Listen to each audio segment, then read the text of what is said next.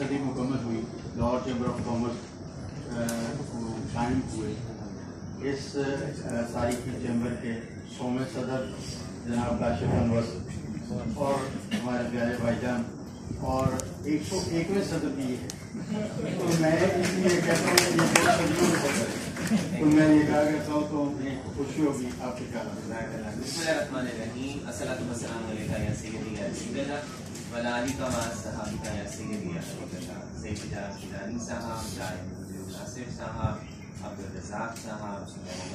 बहन डॉक्टर फजीलत बानो साहिबा, तमाम मेरी दादी कहा करती थी, मैं पहले उनकी पंजाबी की कहावतें बोल दूँ फिर बाद में 5 मिनट जरूर लूँगा। माँ भी अन्नी, टीवी अन्नी, अनरा जवाई, अल्लाह मैनू भाग लाया नूं ही अन्नी आई, कोठे चढ़ के देखने लगी जांजनी अन्या भी आई। दूसरी एक कहावत तो पढ़ा करती थी, फर्श फरसा फर्श राम, एक मैया के 3 नाम, चोर चक्का नहीं। तीसरी जी वो माँ के बारे में कहा करती थी, माँ मारे माँ कुटे माँ कौड़ी खतरी, 100 बोला रोज मारे फिर भी हमारे। देखिए जी, बहुत सी बातें हुई, बहुत सी बातें सुनी भी करनी होंगी। इल्म रिज़्क़ और इज्जत बांटने से वापस आते हैं और हमें तीनों चीज़ों को बांटना है। धोखा बहुत समझदार होता है। धोखा इतना समझदार होता है कि जब हम किसी को धोखा दे रहे होते हैं तो वो हम किसी को धोखा नहीं दे रहे होते, हम अपने आप को धोखा दे रहे होते हैं। और वो इतना समझदार है कि वो वापस आता है, आप ही के पास वापस आता है। तो हमें धोखा देने से बचना चाहिए।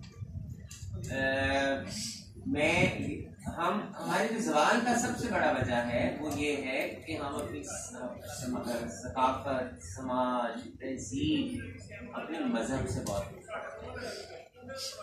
हम ये कि हम अल्लाह को तो मानते हैं पर अल्लाह की हम नहीं मानते, और हम कोशिश भी नहीं करते उसको मानने की, क्योंकि हम कोशिश करते हैं कि हम यूरोप को फॉलो करें, हम कोशिश करते हैं अमेरिका को फॉलो करें।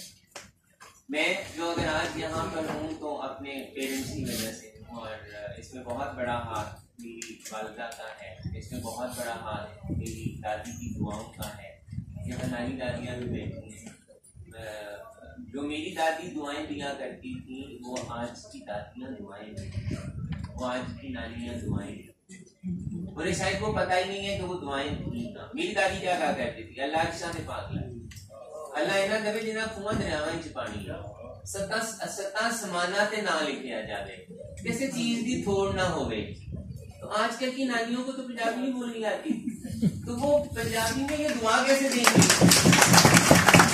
और इसकी डेप्थ चेक करें, इन दुआओं की डेप्थ चेक करें कि इन दुआओं की डेप्थ कितनी है। आप अपनी दुआओं को पूजे में बंद कर देते हैं, आप खैर मांगते हैं। आजकल हमारी जो माएँ हैं, हमारी बेगमात हैं, रोटी नहीं पकाती।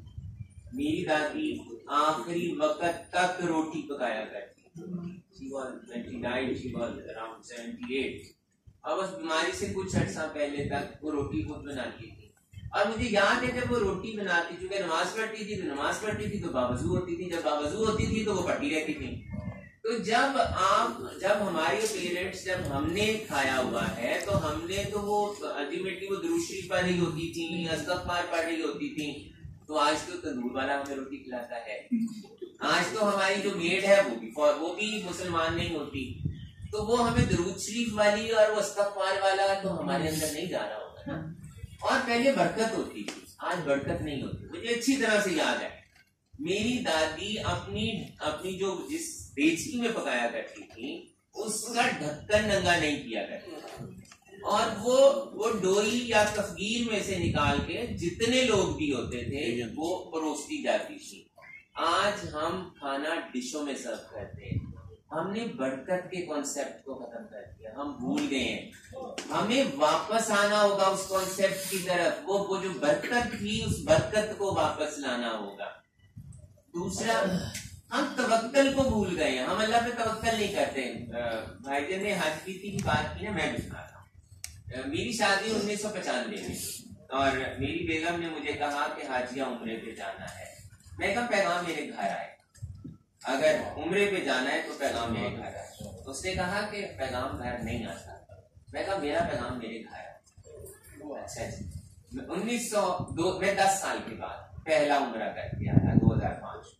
میرے اماں ابا عمرہ کر کے انہوں نے کہا کاشف بہت خوبصورت جگہ ہے, اپنی فیملی کے ساتھ عمرہ کر کے آؤ. میرا پیغام آ گیا, میں نے تیاری.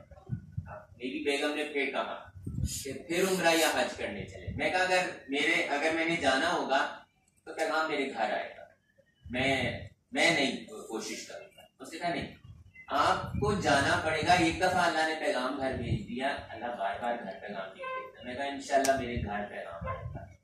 2015 میں میرا دوست میرے آفس آیا, اس نے کہا کاشف بھائی میں اپنی بیگم کے ساتھ عمرہ کرنے جا رہا ہوں, بھابھی کا پاسپورٹ نہیں, جلدی سے بس ہم جا رہے ہیں, میرے گھر پیغام آئے. میں نے اپنی بیگم کو فون کیا, میں نے کہا کہ آپ تیاری کرو, ہم عمرے پہ جا رہے ہیں. اچھا, اس نے کہا میں نے 2 عمرے کر لیا, میں نے حج کرنا ہے. میں کہا حج کا پیغام بھی میرے گھر آئے گا.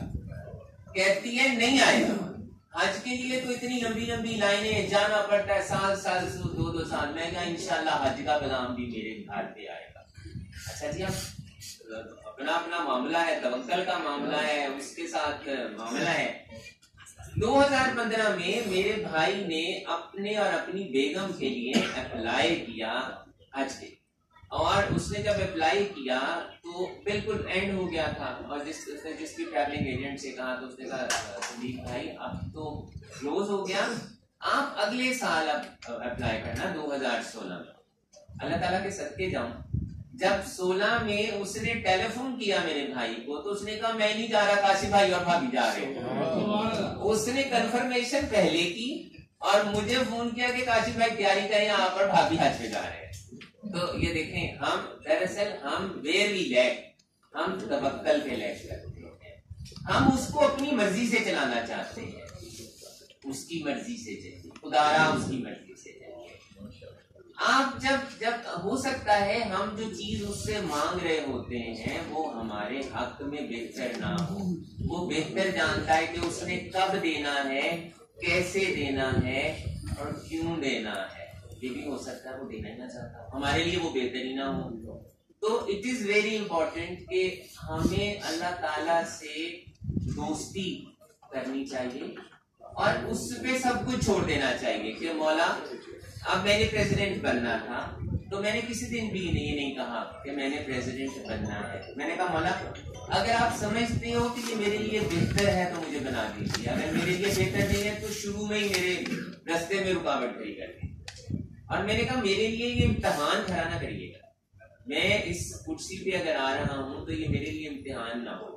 بڑی مشکلیں آئی لیکن اللہ تعالیٰ کا بڑا کرم, اتنا کرم ہے کہ غیب سے مدد آئی, ایسی مدد آئی کہ میرے مخالفین بھی سوچتے ہیں کہ یہ ہم نے جو اتنے جال بنے تھے, ہم نے جو اتنی خندقیں کھودی تھیں, ہم نے جو اتنی منافقتیں کی تھیں, یہ ان میں سے نکلا کیسے ہے. تو جب اللہ اور اس کے حبیب کی کرم نوازی ہوتی ہے تو پھر ان میں سے نکل دینا. میں آخر میں کنکلوڈ اس طرف کرنے کی طرف جاؤں گا جو میں نے ماں کی پہلے بات سنائی.